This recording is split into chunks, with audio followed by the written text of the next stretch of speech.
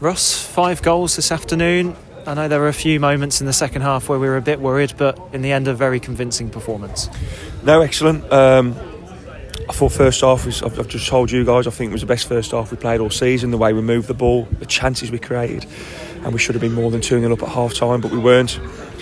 Weathered a 25-minute storm second half. That was hard with the slope and against the wind, but as soon as we got to grips with that, the last 15 minutes, God, we were so predatory. It was unbelievable.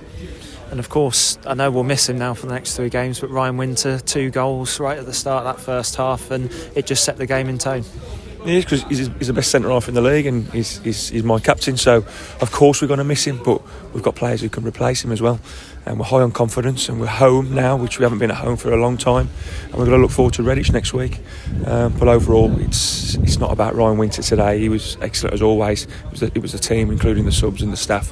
I thought we dominated the game from start to finish. And there were plenty of team moments as well, especially when Musa scored his first league goal for the club, and everyone went over to celebrate with him, as they did with every goal. But it just shows how much of a unit the whole squad are now. Well, he's a character, that's why, on and off the pitch, and he's been disappointed he hasn't probably got the game time he's wanted and deserves, but we've been on a good run, and listen, he's coming today and he's ran his socks off.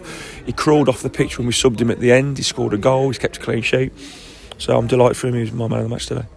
And of course the news in the week that Jordan Ponticelli, going over to Tamworth, came on at the end of the game this afternoon for them as well, but 5 goals there this afternoon on the pitch, and he's gone now, so we're still scoring.